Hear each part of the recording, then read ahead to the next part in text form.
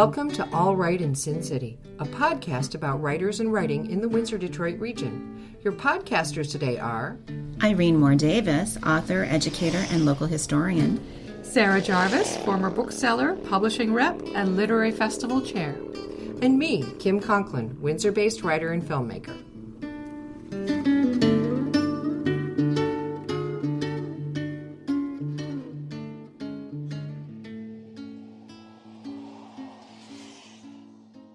Good evening, everyone.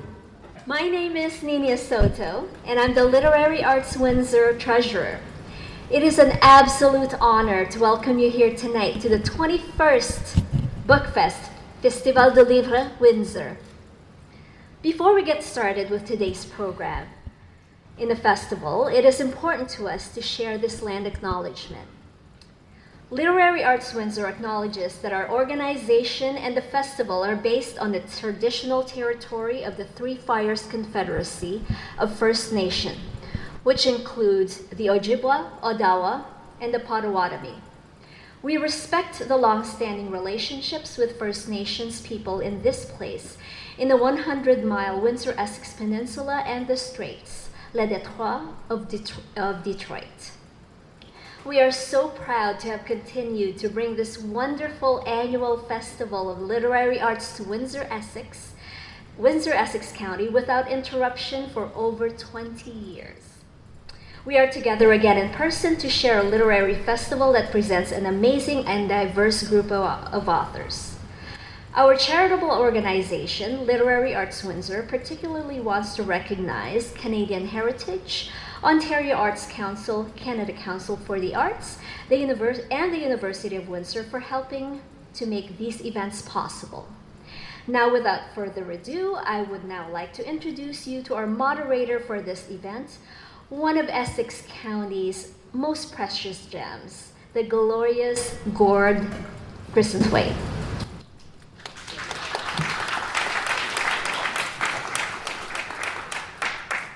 I don't know about gems so much, or glorious for that matter. I'm sure my wife would have some things to say to that. I'm thrilled to be here. This is an incredible group of writers. Count you all among the best of us.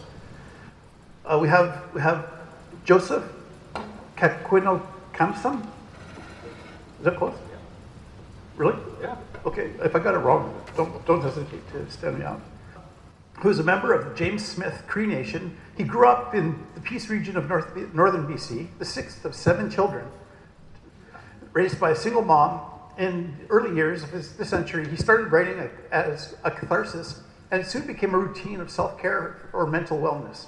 He was awarded a creation grant for Aboriginal peoples, writers and storytellers in 2014 by the Canada Council for the Arts. Bravo, not the easiest thing in the world to do. In 2019, he received his creative writing certificate from the Writers' Studio at Simon Fraser University. The following year, he received an honorable mention in the Humber Literary Review and was shortlisted for the CBC Short Story Contest. That's brilliant. His essay, Writing in the Eye of the Storm, was published in the anthology Resonance, Essays on the Craft and Life of Writing in 2022. The same year, he was selected by Darrell J. McLeod as one of the Writers' Trust of Canada's Rising Stars. He lives and writes on Victoria Island. Austere, CBC, you're in Souk, yeah? So just from Victoria. And next, we have you're still a poet laureate, yeah, for another year. Okay, so we have Bernice Halfe, Skydancer, was raised at Saddle Lake Reserve and attended Blue Quills Residential School. Her first book, Bare Bones and Feathers, received the 1996 Milton A. Cord People's Poetry Award and was a finalist for the Spirit of Saskatchewan Award, the Pat Lowther Award, and the Gerald Lampert Award. Blue Merrill was a finalist for the 1998 Governor General's Award for Poetry. The Crooked Good won the first People's Publishing Award and the Saskatchewan Book Award in 2008 and was shortlisted for the Pat Lowther Award. Her fourth book, Burning in this Midnight Dream. That's what you read from, which is absolutely beautiful and tough to read. In 2018, as part of the Laureate Poetry Series, her previously published works were compiled. The Poetry of Skydancer Louise Bernice Halfe, edited by David Gertner. Halfe was Saskatchewan's Poet Laureate for 2005-2006. Was awarded the Latner Writers' Trust Award for her body of work in 2017, and was awarded the 2020 Kloppenberg Award. And next, and this is, so Carol Rose GoldenEagle is Korean Dene with roots in Sandy Bay in northern Saskatchewan. Carol is the author of the award-winning novel Bearskin Diary. It was chosen as the National Aboriginal Literature Title for 2017. The book was also shortlisted for 3 Saskatchewan Book Awards and the French language translation Peau D'ours. What is Saskatchewan Book Award? That's French pronounced the Windsor way. Yeah. Peau D'ours. Won the Saskatchewan Book Award in 2019. Hiraeth. Carol's first book of poetry was shortlisted for the Saskatchewan Book Award in 2019. Her second novel, Bone Black, was released in the fall of 2019. Carol's most recent novel, The Narrow Fears, I would go chicken. It's okay. Narrow fear. It's fine. was published in October 20. I'd like to get it right. Trying to wrap my tongue around Kakwinokanasum. It's essential ingredients is Carol's second book of poetry, and I think you'll be reading from that tonight. Yeah. And Tyler Pennock is a two-spirit adoptee from the Cree Métis family around Lesser Slave Lake region of Alberta. And you're all from the north. Their first book, Bones, Brick Books 2020, was shortlisted for the Gerald Lambert Memorial Award and the Indigenous Voices Poetry Award. Tyler graduated from Guelph University's Creative Writing MFA program in 2013 and currently lives in Toronto. So, did you study with Thomas King? Or was he already gone? No, I just missed him. Oh. I wanted him to be my mentor, but the director of the program actually got him to agree to have coffee with me one afternoon. He's a very cool, very large, but very cool and very funny man. Yeah, and says he can't play basketball. He was, that height. And he was about to bite into a big piece of carrot cake, and he's like, "This is why I have this," with his insulin needle. Mm-hmm. Just like it was nothing. So, trauma is the common thread I saw in all of your work. And so, the only real question I have for the whole panel is trauma. Tell me more. But before I get to that, I have a couple of questions for Joseph regarding My Indian Summer, which is a brilliant novel. The titles are all names of songs. Yes. Chapters. The chapters are all named after these songs. Yes. Yeah. We titled all the chapters from the songs from the 70s. And I thought it was appropriate because music was such a saving grace for, I think, all of us in my family. All very musical people, but being the number 6 of 7, I got to listen to my mom's music, my brothers and sisters' music, and they were all listening to such a wide range of different kinds of music. So I thought I would honor that because music was, it helped pass the time and get through it. And were those songs part of the playlist when you put the novel together? It wasn't actually part of the original plan. The original plan was to name it after, because in the book there's a Stephen King novel called Night Shift, and we were going to name the chapters after the short stories that Stephen King had wrote, but then we couldn't get the permission, so they're just story titles. Yeah, we didn't want to ruffle any feathers. Didn't want to take any chances, so we just went with the songs. And I thought it was a better choice in the end because, like I said, music is a very powerful and emotive tool, and it did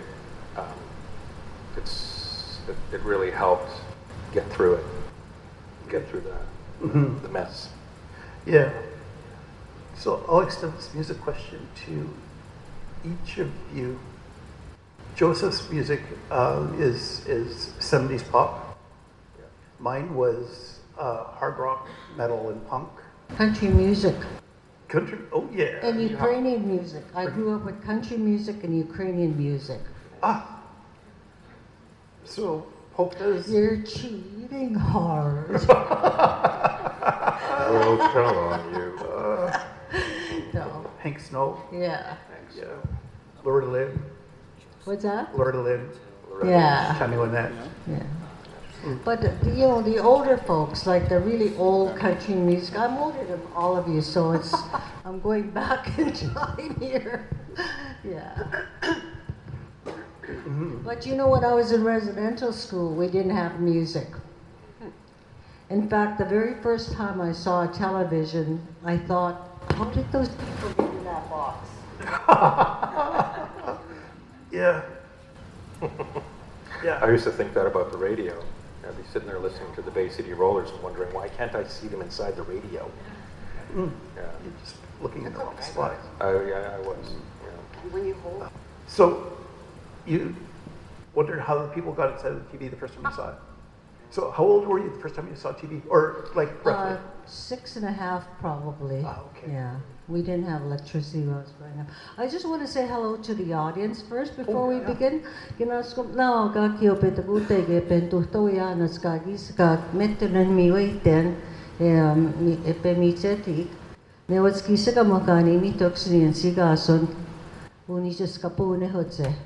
I thank you for attending tonight to come and listen to us. I'm Cree from the Saddle Lake Indian Reserve, and my name is loosely translated into English is Skydancer. So it's a pleasure to be here with the rest of the writers and yourself, and so super. Thank you.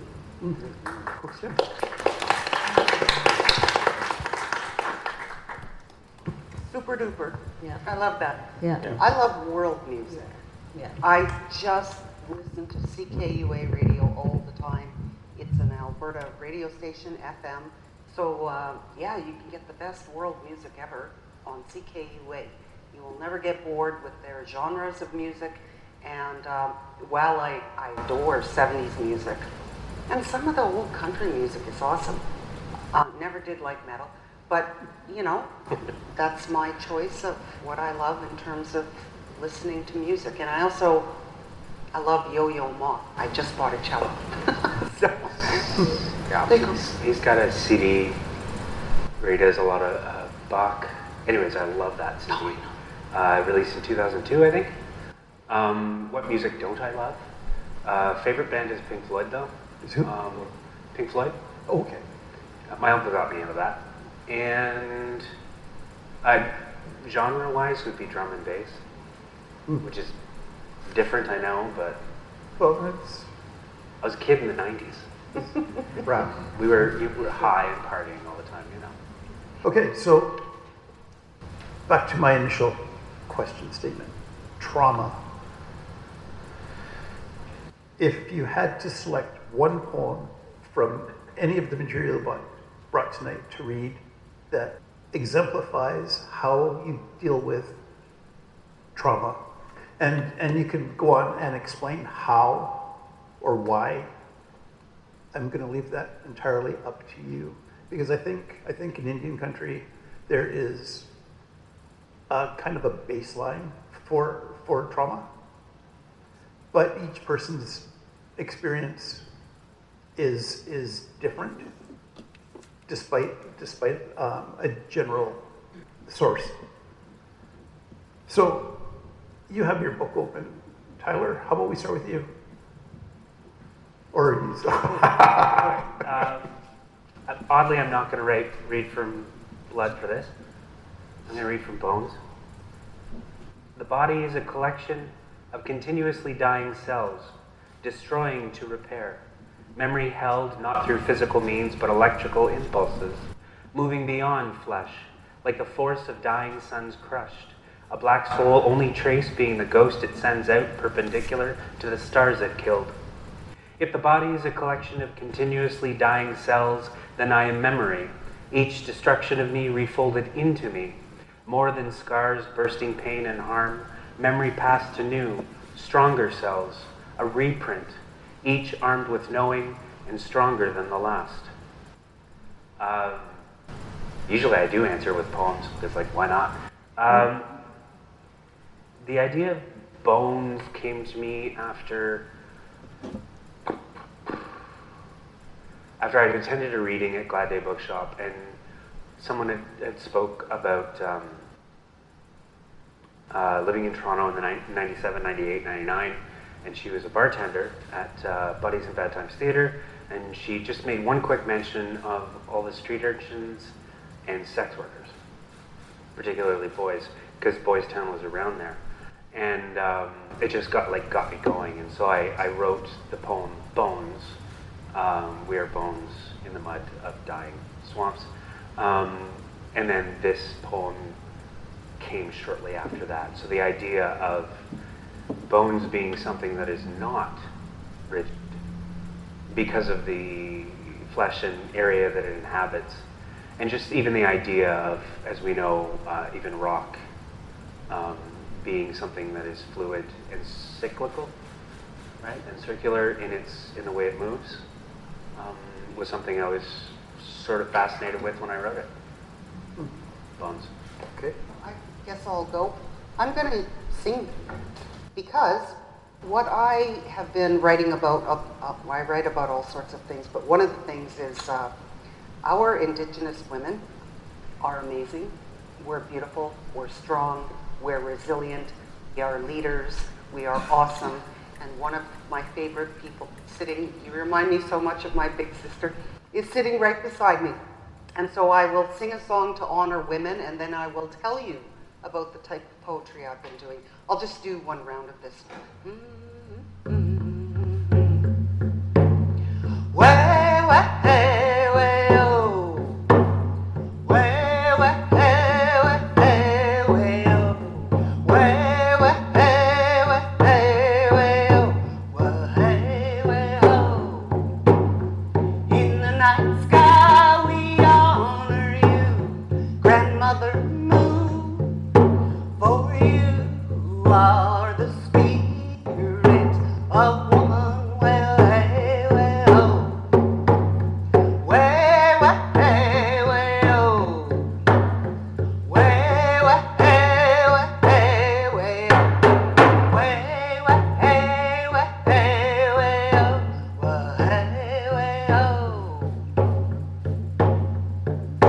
I will not be afraid to say what I know anymore.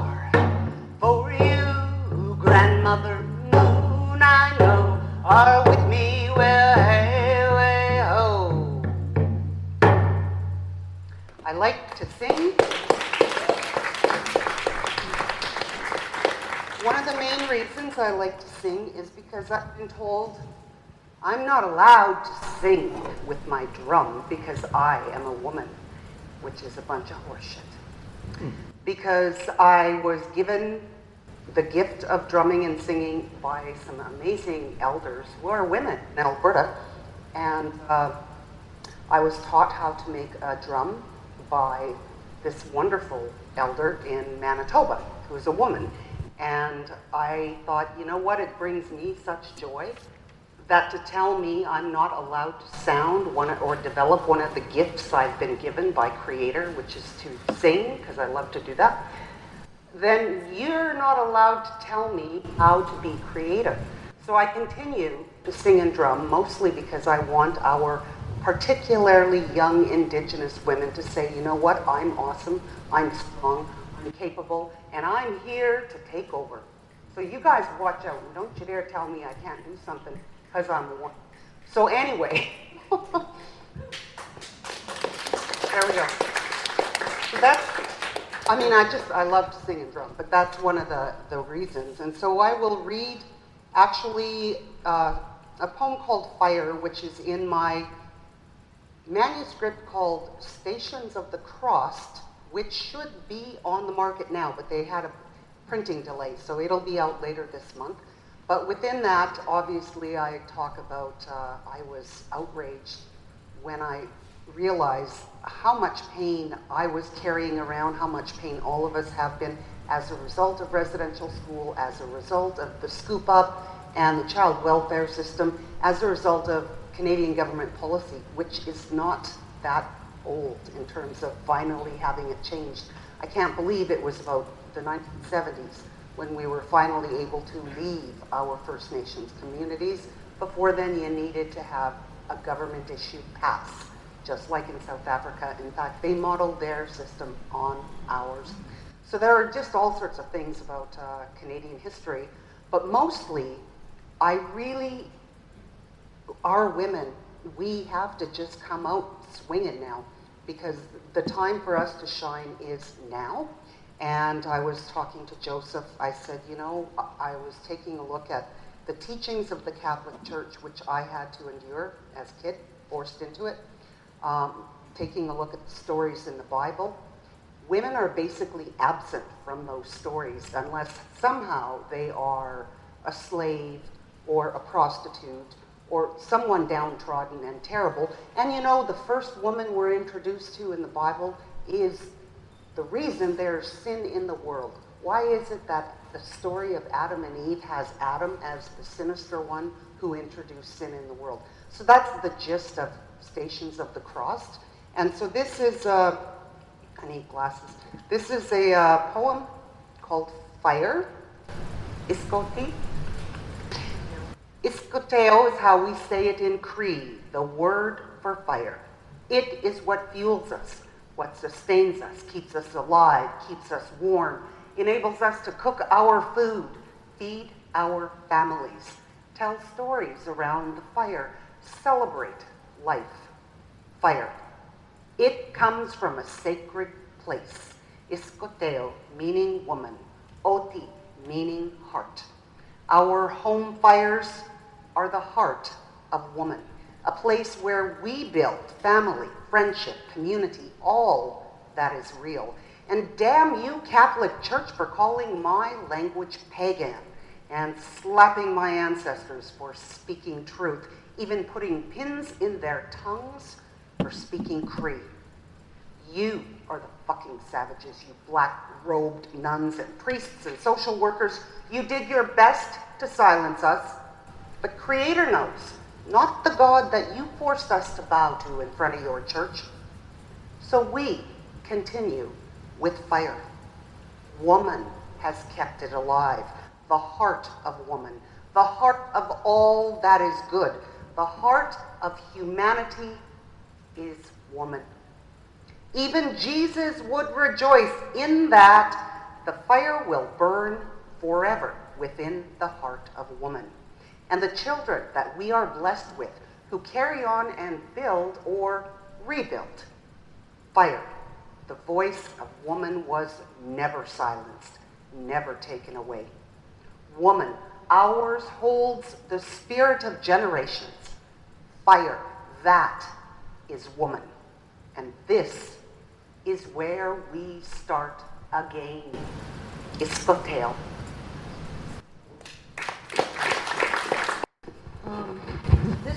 The idea of trauma is, I don't live in trauma. I've done a lot of my own work with a psychiatrist when I was in my 30s and a psychologist later on. And they became my lifelong friends until the psychiatrist died.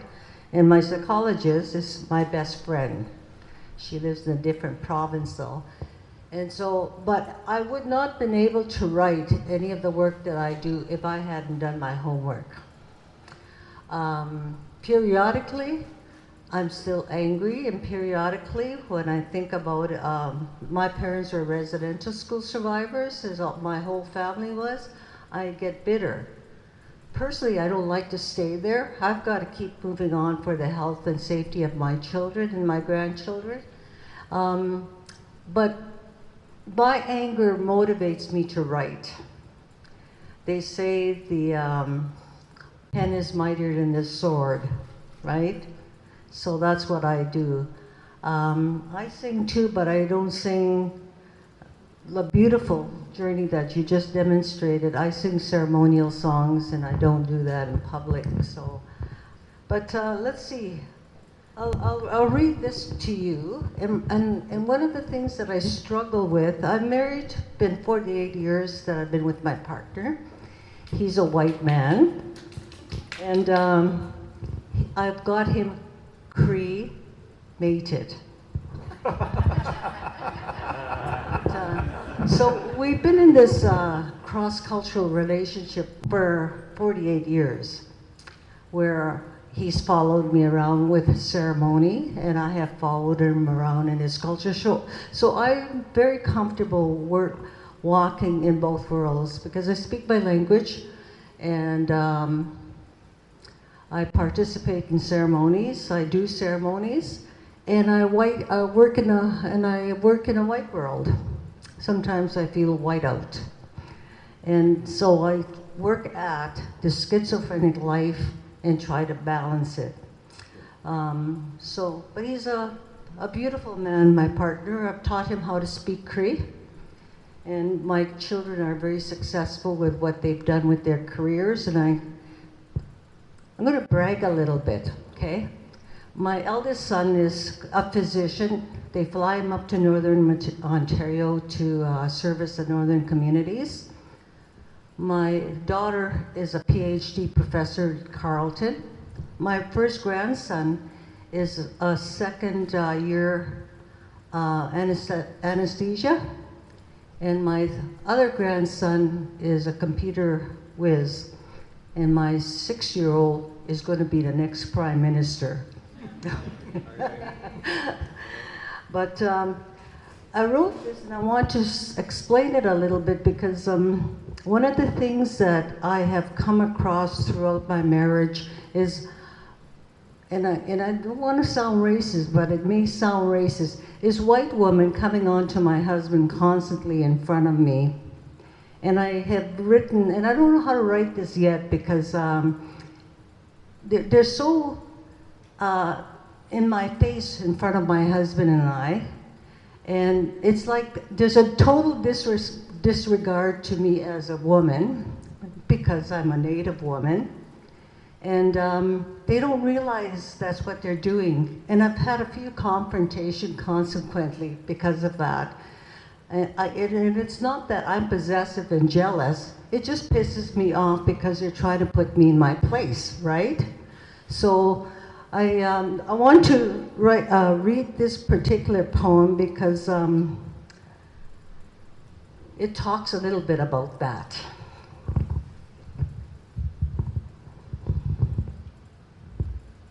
Kakwinokanasum, which means jealousy. Kakwinokanasum. When a Cree word ends with wind, it means energy. Wagutwin means relationship comes with energy. Sagitwin, love is filled with energy. All these words that end with wind in my language come with energy. And of course, you know a little bit of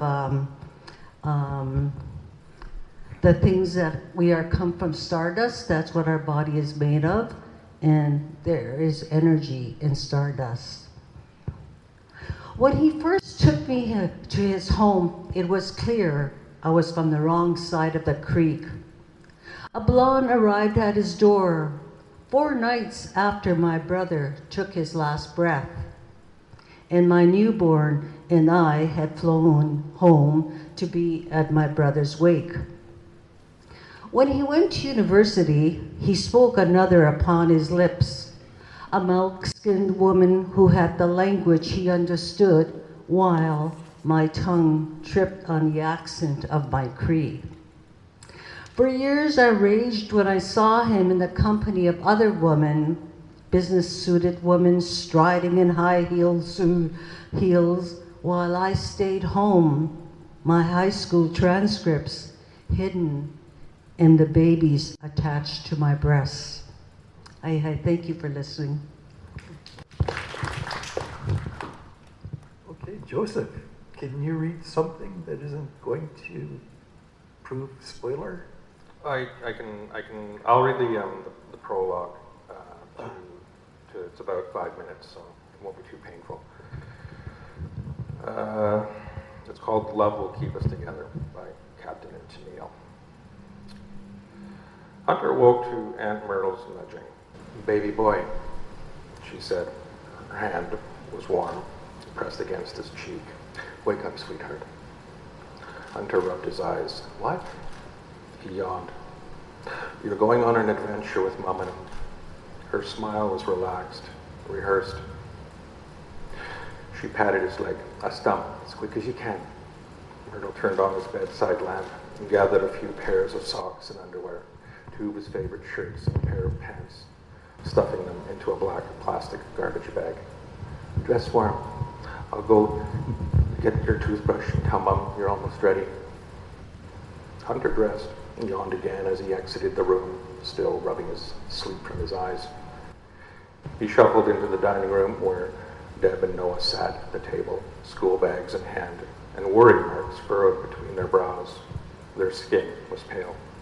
Hunter's heart jumped into his throat, and he stood wide-eyed, completely awake at the sight of his frightened siblings. He didn't think he'd like this adventure.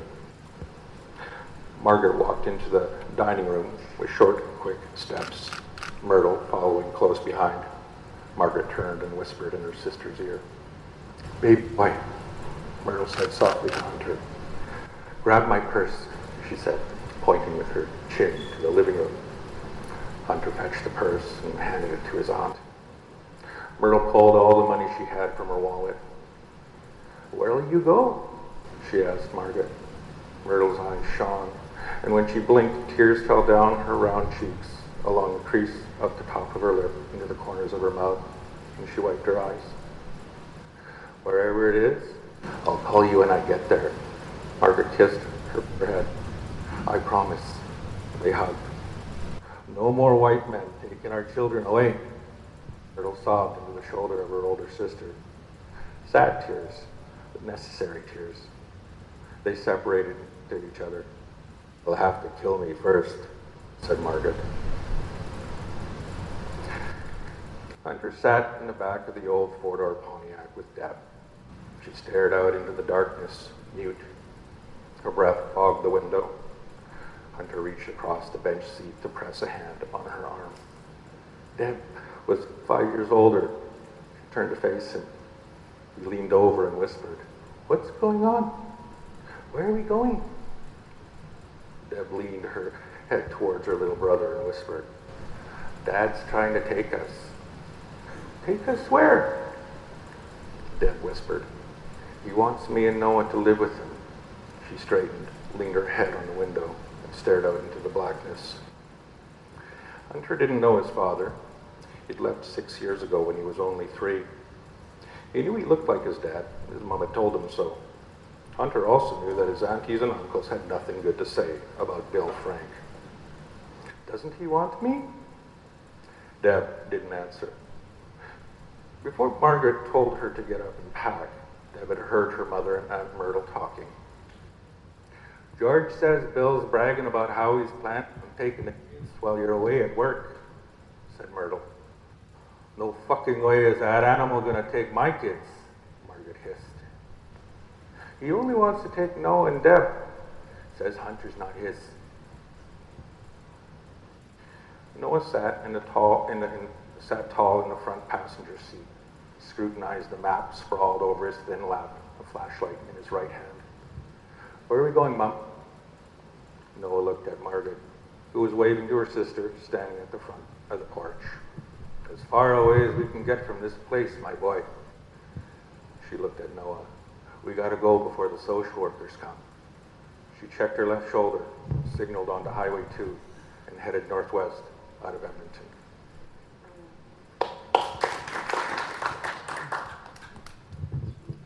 Yeah, one of the ways we deal with the bad stuff is through laughter. It seems like in the kind of work I've done, if I don't laugh, I'm going to die or kill somebody. Maybe both. I don't know. But I can laugh. I mean, when I worked on the crisis line, I learned to laugh at what I was dealing with in order to survive, get by, thrive. Now, some of your work there's some funny bits in your novel, Oasis. There are places where I laughed out loud. Why don't you tell us how laughter has helped, and then read a few minutes, something that will bring a chuckle, even if it's naughty. We'll start with you, Louise. Well, as I told you, Awasis means little child or the spirit you were alone with. Now, most of us, well, all of us actually here have a child within, right? We learn about that. And that child gets suppressed because we're supposed to be adults. So when I was writing this book, I asked both the Native public and the white public, what was the funniest thing that ever happened to you that you wouldn't share with anybody? Well, the Crees had no problem telling me all their funny stories, but the whites had the stiff upper lip, and I thought, come on, you folks, hasn't any, haven't you ever walked into a pole or a window, That's funny. But, so I created this Awasis to deliver these stories because everybody wanted to keep their story anonymous. They didn't want to be named. So it was, and also the other thing I need you to understand is in my language, we don't have gender specific pronouns. We don't have they, he, she. In fact, Inu, Nehiosko Inu means being, a state of being, as in mindfulness, as a people. That's what that word means. So that's how we relate to each other. So Awas is going to deliver you a few poems here. I'll read two just for the hell of it. Okay. Always falling in. Awas has carried 100 pounds across mud, marsh, hills to the other side of the portage. After unloading, sweating, and panting, she bent to splash water on her face and fell in head first. She stood up laughing, looked around to see if her companions were watching. Later, squatting on a wet slanted rock washing dishes, she slowly slid into the lake. On the final portage, when she and Little White Man set the canoe down, grunting, she toppled in. In a flat voice, Little White Man told her, "Those stunts are hard on the canoe." From then on, at all the lakes and rivers, her other traveling companions hung onto her pant loops. This one is called Tenting. Awasis snuggled with Little White Man in the darkness of their tent. She was horny. So she laddered her emiguan, her drinking spoon. Little White Man had a sniff and asked why the oil had a funny smell. When Awasis brought it up to her nose, she discovered it was clear cedar shampoo. Little White Man laughed and laughed, said he would have come up blowing bubbles. There.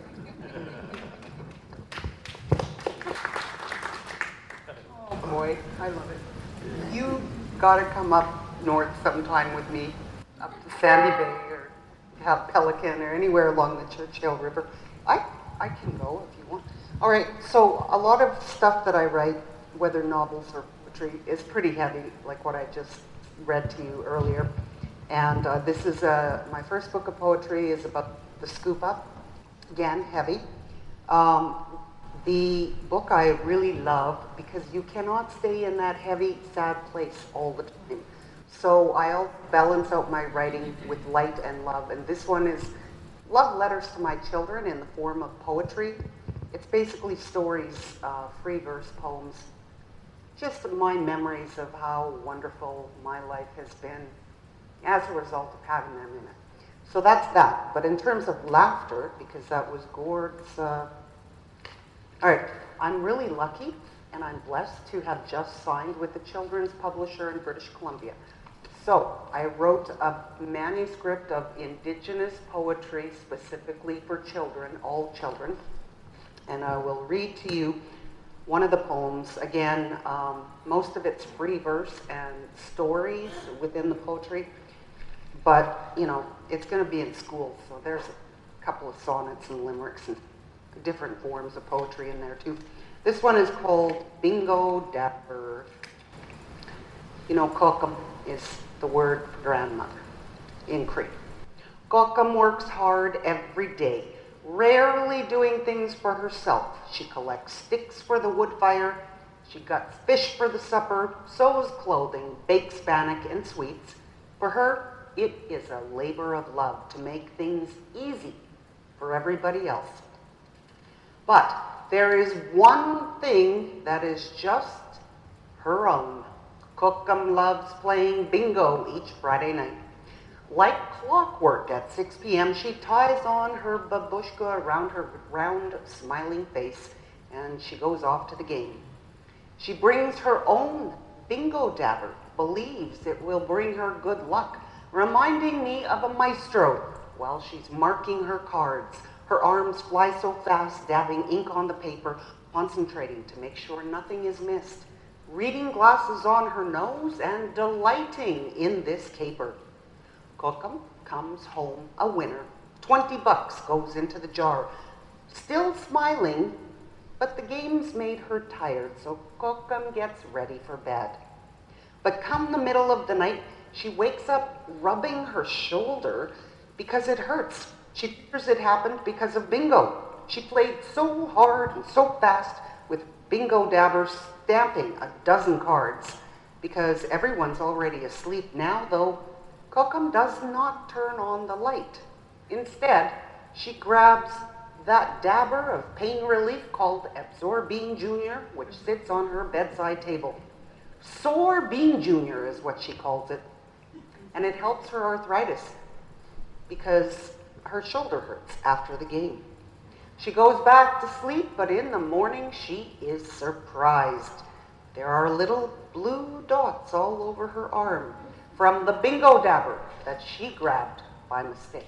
There you go. Nice. Okay. Yes. Tyler, do I write funny stuff? I don't know.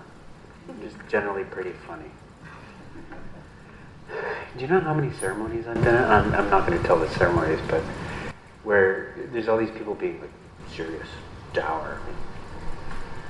And I like to fire keep because you get to hear everyone. And so many of the elders are just like, so I heard you went on a trip up north. And they're like, yeah. Did you go to the casino? Yeah. I put down tobacco to win something. And then they always win their gas money and stuff. And it's always Kokams who win. Always. Yeah. There's a story of the voice meets a photographer, and I wasn't really thinking about the fact that they're a photographer, but it kind of fits, who just likes to name the poems, and as you know, there's no names in these poems, and likes to give them words that technically mean the same thing, but destroy the feeling of the poetry. So I'm just going to read you one little bit from that, and then continue on to another one. I think it's obvious that I can't shake the photographer's influence. I loathe the way he glances at these pages and names the images dispassionately, leeching the colors. Smug little pajak. Still fucking them though.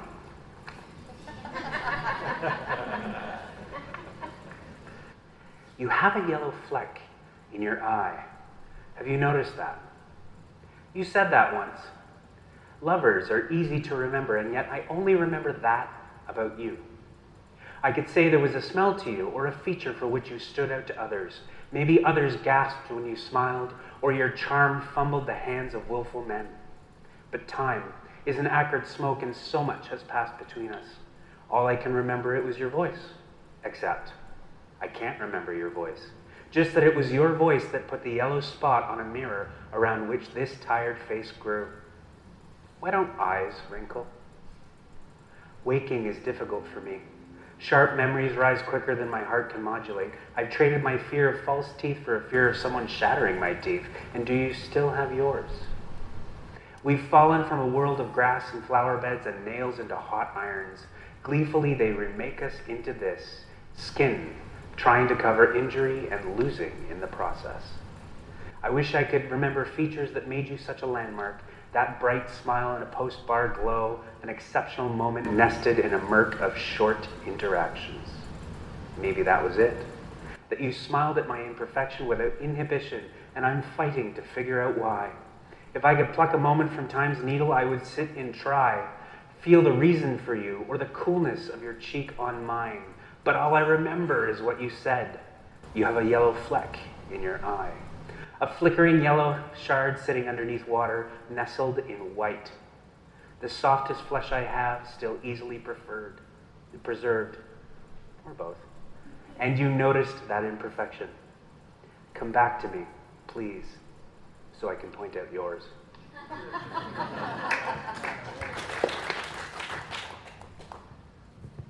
I moved.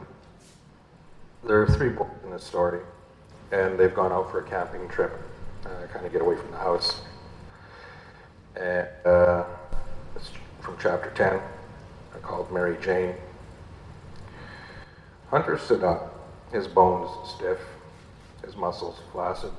He shivered as if to shake off a drug haze, and scooted into the shadows of the bushes to take a piss. His shoes got soaked from the cold morning dew, and a cloud of mosquitoes buzzed about for a free meal. He slapped at them and accidentally pissed on his shoes. For fuck's sakes, he complained, then zipped up his pants. On his way back to the fire, he swatted several blood-filled mosquitoes, cursing the insect world. He started to pack the penny candies in a paper bag at the bottom of his bag. The boys stirred. Eric yawned, showing a pasty white tongue, his face puffed and pocked with red dots.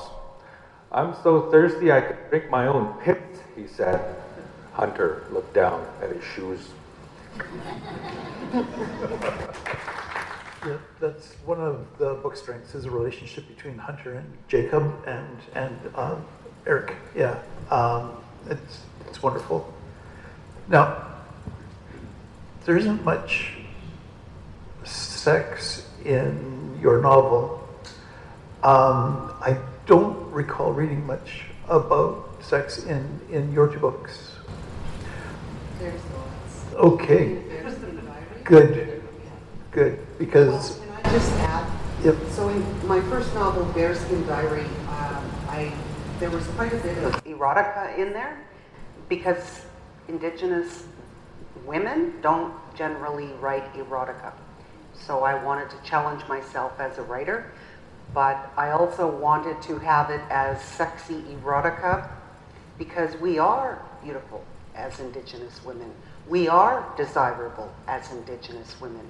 We are sexy as Indigenous women. And that's why I wanted to do it. Mm-hmm. Yeah. I agree, wholeheartedly. Now, there's a marked difference between the way Indigenous people approach the erotic and non-Indigenous. I'm going to say white folk, because, well, white folk tend to have be tight-assed about it, and we can say things in mixed company, and sometimes even in front of the kids, that's not going to have anybody running for the hills or their Bible or whatever. So, this round, how about you read us something sexy? And if you give lessons, Carol, if you give lessons, I'm going to sign up, because ask my wife, I can't write erotica or shit. Yeah. Oh, well, the other thing too, with the reason I wanted to put erotica in Bearskin Diary is because of how Canada and the church have affected our Indigenous peoples. Sex has always been something painful, and I wanted to show it as it should be, as something that's a blessed gift and something that we should all enjoy. I'm going to try and find, I don't know if I have something erotic in here. Yeah, see, this is my book of poetry. I didn't bring Bearskin Diary, but I think I just read you something called My Secret Hiding Spot. And that is... No, you guys have filthy minds. Oh, no. This is about a person who I was with for some time, and whenever I had a bad day, let's say I happened to be in the Toronto airport, and we've all had a bad time in the Toronto airport, and so to think of something good, I would think of this person. And if I needed to hide pain, I would think of this person. That was my secret hiding spot, was memories from that relationship.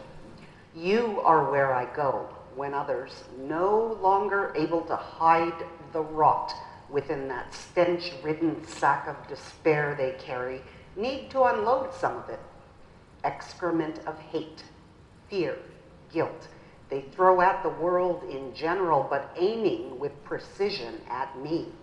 The Teflon cloak I usually wear protects, but they are cunning, salivating, waiting in ambush for a button on that cloak to come undone. You are where I go, should some of it stick, the shadows disappear. You are where I go, when their harsh words leave a stain of self-doubt. You are where I go to wash it clean. You encourage me to unravel timid wings in flight towards your laughter. Destination, safe. You are where I go. There's not a lot of sex in this book, just so you know. Well, that's sort of that. No, no, it's not. Okay, how about you, Tyler? Which one? Which one, what? Which sex poem? Oh, I don't know. You pick one. Poetry is sex. I mean, isn't Blood just one long sex poem? Blood is one long, violent sex poem, yes. Someone, yeah.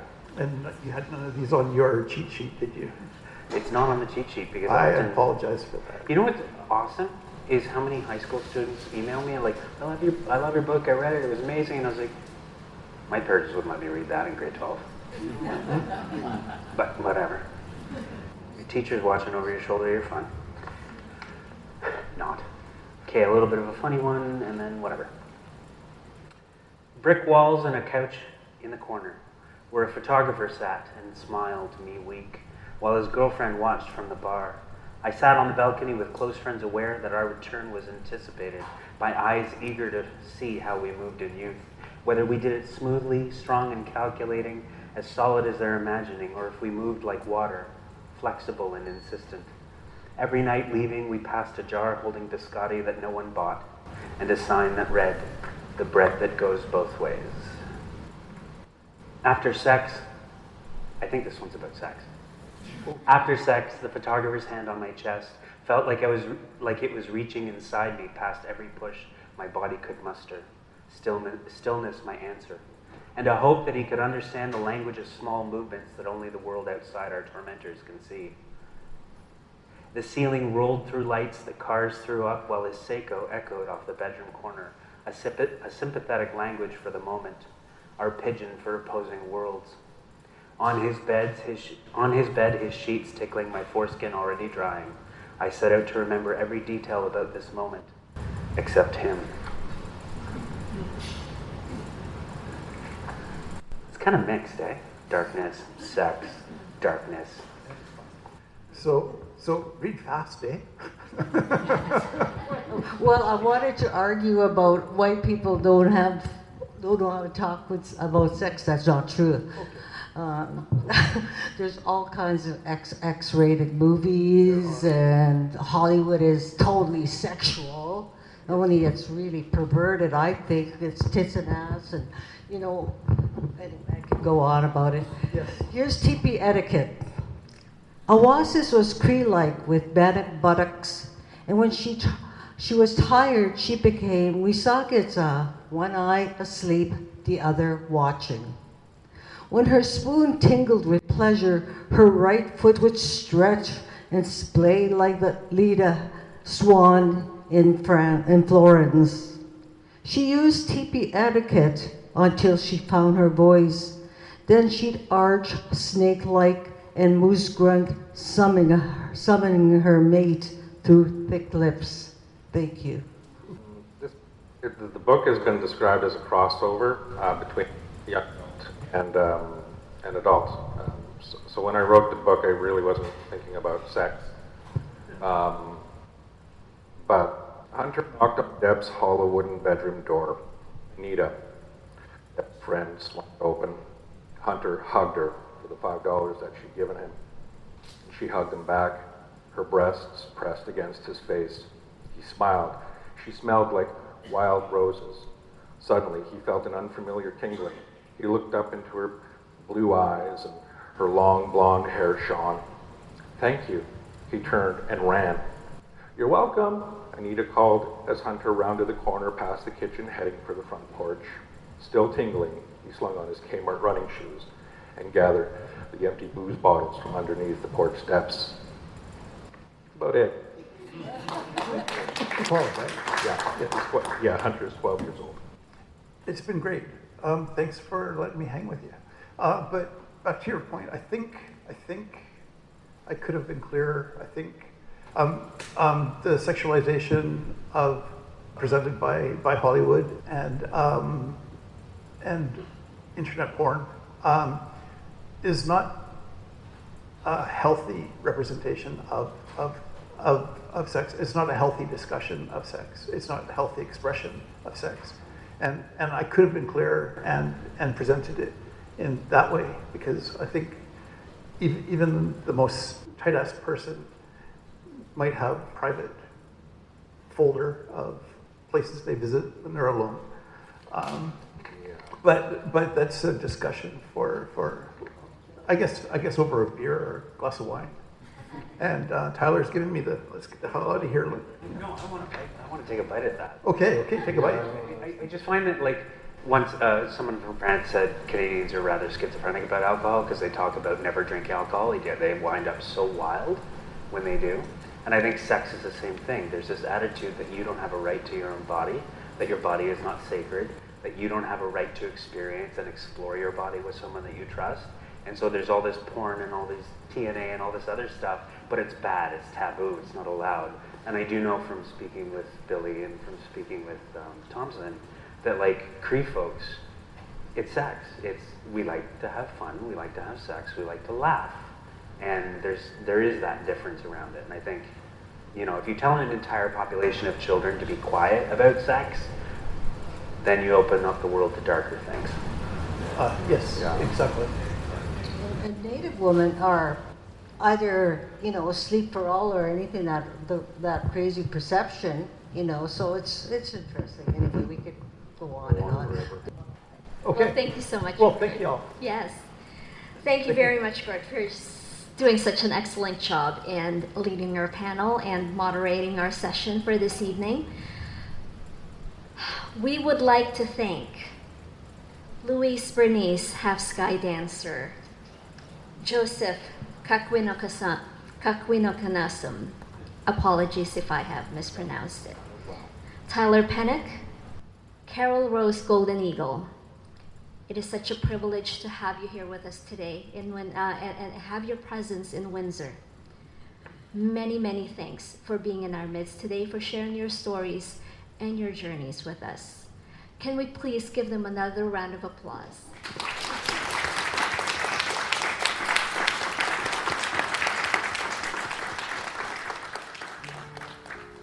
Thanks for joining us.